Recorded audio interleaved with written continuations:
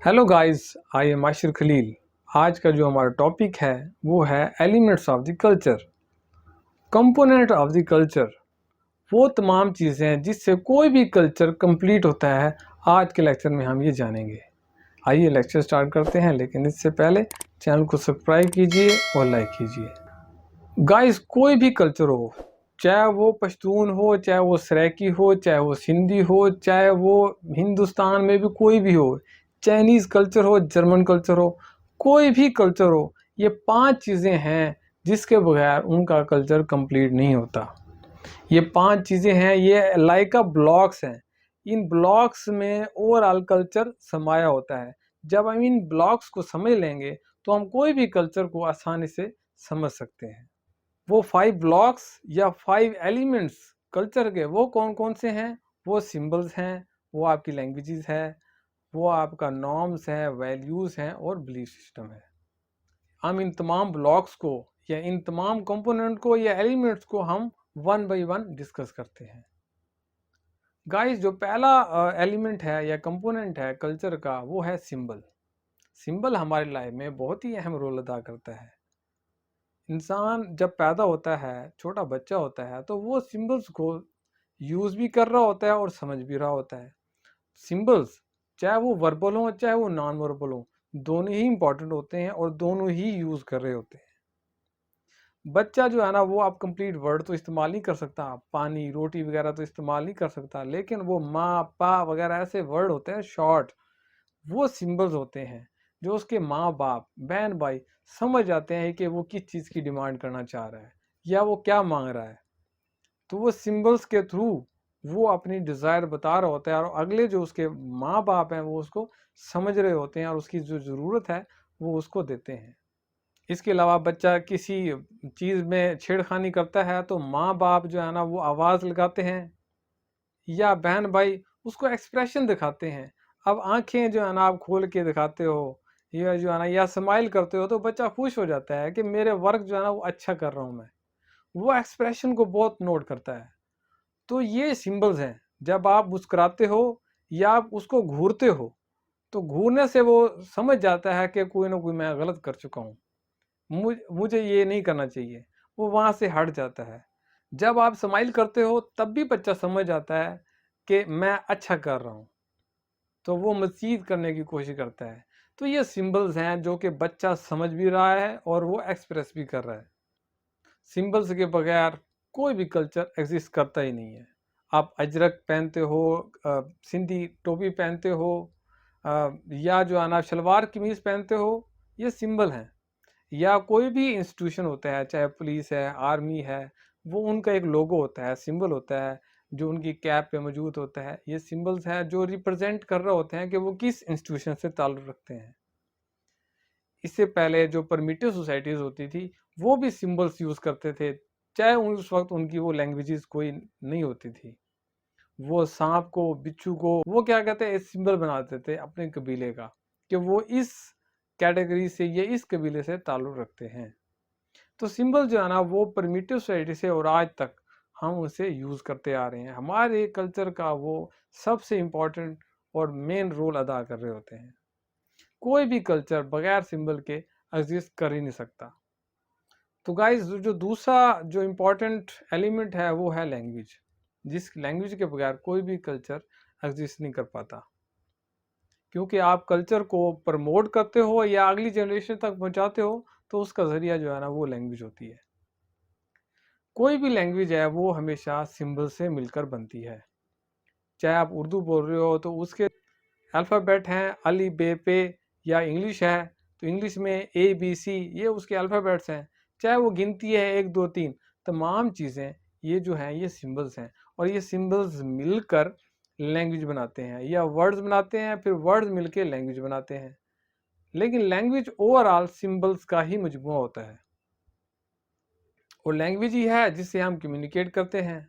अपने जो आइडियाज़ हैं, हमारी वैल्यूज़ हैं, हमारे जो एक्सप्रेशन हैं, अपना मोहब्बत का इजहार है चाहे नफ़रत का इजहार है, आप कोई चीज़ इस्तेमाल करते हो, ये वर्ड्स ही हैं, लैंग्वेज है।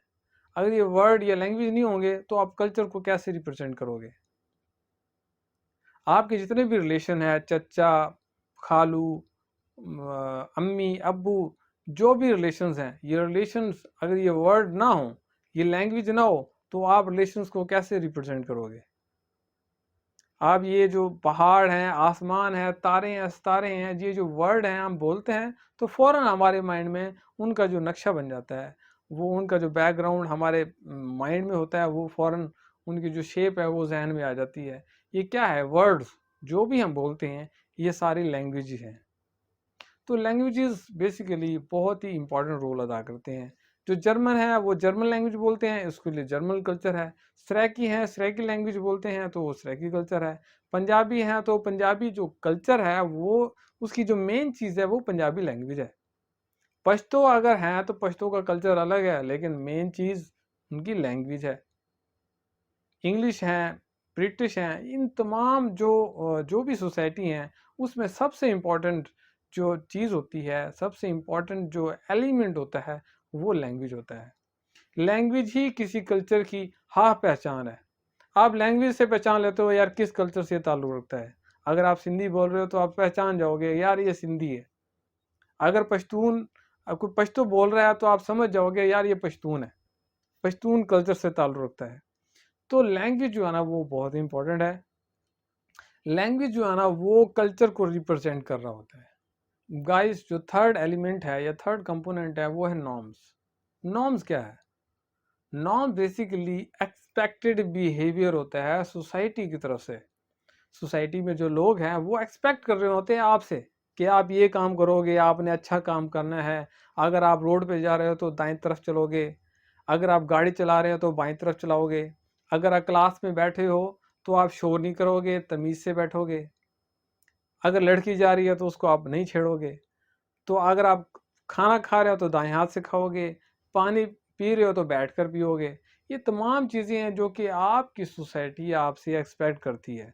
वो तमाम चीज़ें हैं जो सोसाइटी आपसे एक्सपेक्ट करती है वो नॉर्म्स कहलाते हैं। Norms basically rule of conduct होता है।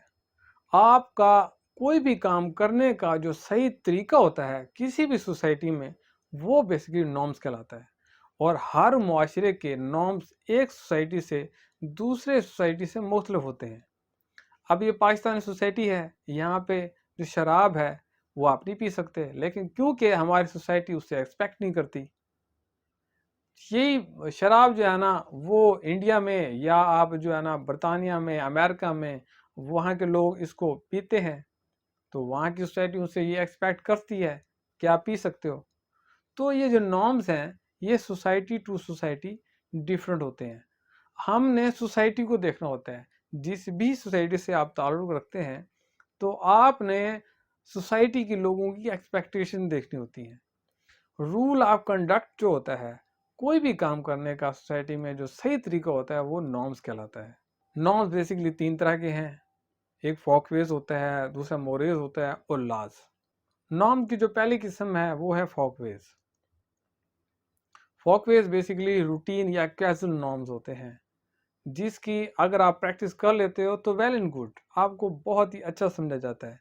लेकिन जब उसको आप लीव करते हो या नहीं अपनाते तो ऐसा भी नहीं है कि सोसाइटी आपको पनिश करेगी। जैसे मैं अगर किसी मुआशरे में या किसी ग्रुप में जाता हूँ, अगर मुस्लिम हूँ तो मैं अस्सलाम वालेकुम नहीं कहता, तो ये बेसिकली कहना तो चाहिए, हमारी जो सोसाइटी है वो एक्सपेक्ट करती है, लेकिन नहीं करते। या अगर हिंदू है तो वो नमस्ते नहीं कहता, तो वो सोसाइटी उससे एक्सपेक्ट करती है। अगर आप नहीं करते तो ये फोकवेज है। आप खाना खाते हो, दाएं हाथ से खाना चाहिए लेकिन आप बाएं हाथ से खाते हो, बुरा तो समझा जाएगा लेकिन आपको पनिश नहीं किया जाएगा, तो ये फोकवेज है। तो ये जो नॉर्मल नॉर्म्स होते हैं जिसकी हम पैरवी करते हैं तो वेल एंड गुड होता है, नहीं करते तो इट्स ओके। सोसाइटी उसको बुरा नहीं जानती कि आपने ऐसा क्यों नहीं किया, तो इसको हम फोकवेज कहते हैं। नॉर्म्स की जो दूसरी टाइप है वो है मोरेज। मोरेज थोड़ा स्ट्रिक्ट होते हैं, जिसकी अगर प्रैक्टिस आप नहीं करते मुआशरे में तो सोसाइटी बुरा भला आपको कहेगी, आपको डांटेगी, तो वो मोरेज हैं। अगर आप जूते समेत किसी मस्जिद में चले जाते हो तो वहाँ के जो लोग हैं वो आपको मारेंगे, बुरा भले कहेंगे, गालियाँ देंगे। ये क्या है? मोरेज हैं, क्योंकि वो एक्सपेक्ट नहीं करते कि आप ऐसा करोगे। आप किसी बुजुर्ग के साथ बदतमीजी करते हो तो ये मोरेज है, वो आपको डांटेंगे। माँ बाप के साथ या जो हमारी जो मुआशरा है वहाँ पे कुछ भी गलत करते हो, किसी का ना हक जो है ना वो ज्यादती करते हो, थप्पड़ मारते हो, किसी बच्चे को ऐसी खामखा डांट देते हो, तो ये चीज़ें जो है ना वो मोरेज हैं जो कि सोसाइटी आपसे एक्सपेक्ट नहीं करती और वो आपको डांट डपट करेगी।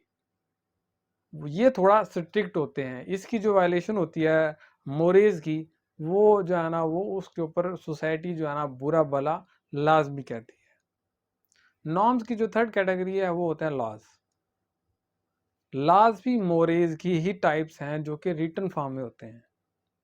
रिटन फॉर्म में जो हमारी असम्बलीज होती हैं वो भी एक लॉ ही बनाते हैं, वो भी एक नॉर्म्स ही होते हैं। नॉर्म्स जो रिटन फॉर्म में होते हैं वो उनको हम लॉज कहते हैं, और जो लॉज होते हैं अगर उसकी वायलेशन करते हो तो आपको सज़ा लाजमी मिलती है। और लॉज भी क्योंकि रिटन होते हैं और आपको सज़ा भी आपको उसके मुताबिक रिटन ही मिलती है। पाकिस्तान पीनल कोड के मुताबिक या इंडियन पीनल कोड के मुताबिक आपको सज़ा मिलती है जो भी आप वायलेशन करते हो। तो गाइज हमने नॉर्म्स की तीनों कैटेगरी को देख लिया है, फॉकपेस, मोरेज और लॉज। तीनों कैटेगरी के अंदर जो मेन डिफरेंस है वो थोड़ा स्ट्रिक्टनेस है। एक में बिल्कुल नहीं है, एक में नॉर्मल है और थर्ड में बहुत ज़्यादा स्ट्रिक्ट होता है, और इसके अंदर सिर्फ नेचर का डिफरेंस है, बाकी ये तीनों है नॉर्म्स ही। जो फोर्थ एलिमेंट है कल्चर का वो है वैल्यूज़। वैल्यूज़ हमारी आइडियाज़ होते हैं, वैल्यूज़ हमारे डिज़ायर्स होती हैं। हमारी वैल्यूज़ में शामिल है कि हमने एजुकेशन हासिल करनी है, ये हमारी वैल्यू है, ये मेरी वैल्यू है। किसी और की वैल्यू ये हो सकती है कि उसने जो है ना इनकम कमानी है, तो वो उसकी वैल्यू है।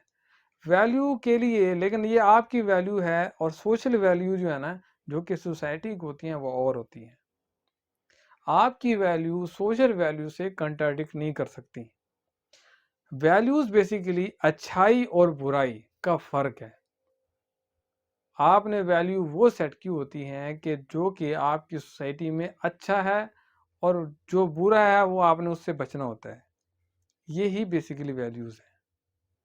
आपकी वैल्यूज जो है ना वो डिज़ायरेबल और अनडिज़ायरेबल के मुताबिक होती हैं। सोसाइटी अगर डिज़ायरेबल चीज़ों को पसंद करती है तो आपने वही आपने डिज़ायर रखनी है जो कि सोसाइटी जिसकी परमिशन देती है, और आपकी वैल्यूज़ अनडिज़ायरेबल से बिल्कुल जो है ना वो मैच नहीं होनी चाहिए, क्योंकि आप सोसाइटी जो है ना उसको पसंद नहीं करती, तो आपकी वैल्यूज़ जो है ना वो उसके मुताबिक भी नहीं होनी चाहिए। गाइस जो फिफ्थ एलिमेंट है कल्चर का वो है बिलीफ सिस्टम। बिलीफ जो है ना वो हमारे माइंड में होता है। अकायद, आपके जो अकायद हैं वो सबसे इम्पोर्टेंट है किसी भी कल्चर का। कोई भी कल्चर है वो एक कल्चर दूसरे कल्चर से अगर मुख्तलिफ है तो सबसे अहम जो चीज़ होती है उसमें वो अकायद का भी होता है। अब हिंदू हैं या मुस्लिम्स हैं या वो क्रिश्चियन हैं, अब जितने भी कंट्रीज़ का जो डिफरेंस है वो अकायद के ऊपर है। वो एक खुदा को मानते हैं, वो बहुत सारे खुदा को मानते हैं। वो जो है ना मुस्लिम जो है ना वो आप सल्लम को आखिरी नबी मानते हैं। अगर क्रिश्चियन हैं तो वो हज़रत ईसा को मानते हैं। इस तरह जैनिज़्म है, बुद्धिस्ट हैं, ये तमाम के जो अकायद होते हैं वो एक से दूसरे से मुख्तलिफ होते हैं, और इसी अकीदे की वजह से उनका जो कल्चर है वो भी मुख्तलिफ होता है। अब हमारा अकीदा है इस्लाम के मुताबिक तो हम इस्लाम की चीज़ें अपनाते हैं। इस्लाम में गाय का गोश्त वो हलाल है तो हम गाय का गोश्त खाते हैं। अब अगर हिंदू का अकीदा है वो हिंदुइज्म के मुताबिक चलते हैं, उनके मुताबिक गाय का गोश्त जो है ना वो उसको माँ मानते हैं, तो वो गाय का गोश्त नहीं खाते। इस तरह जो मुस्लिम्स हैं वो सूअर का गोश्त नहीं खाते, क्योंकि उनके अकीदे के मुताबिक वो हराम है। तो ये जो अकीदे होते हैं वो एक सोसाइटी से दूसरी सोसाइटी से मुख्तलिफ होते हैं, और इस अकीदे की वजह से हम बहुत सारी चीज़ें कल्चर की अपना लेते हैं जो अकीदे के मुताबिक होती हैं। हमारा रोज़ा, ज़कात, हज, नमाज, ये जो हमने कैप पहनते हैं, ये दाढ़ी रखते हैं, ये जो हमारी पर्सनैलिटी का हिस्सा है बन जाती हैं, ये क्या है? ये बेसिकली अकीदा है। अकीदे की वजह से हमारा गेटअप चेंज हो जाता है। इस तरह हिंदू हैं तो वो माथे पे तिल लगाते हैं, वो मंगलसूत्र पहनती हैं औरतें, तो ये क्या है? ये अकीदा है, और अकीदे के मुताबिक उनका जो कल्चर है वो थोड़ा मुख्तलिफ होता है। तो अकीदा जो है ना वो बहुत इंपॉर्टेंट रोल अदा करता है किसी भी कल्चर में। अकीदे के बगैर भी कल्चर अनकम्प्लीट है। गाइस, जो नेक्स्ट लेक्चर होगा वो हमारा सोशल सेंक्शंस पे होगा। अब हम सोशल नॉर्म फॉलो करते हैं या नहीं करते, तो उस पर सोसाइटी हमें क्या देता है, इसके ऊपर हम बात करेंगे नेक्स्ट लेक्चर में।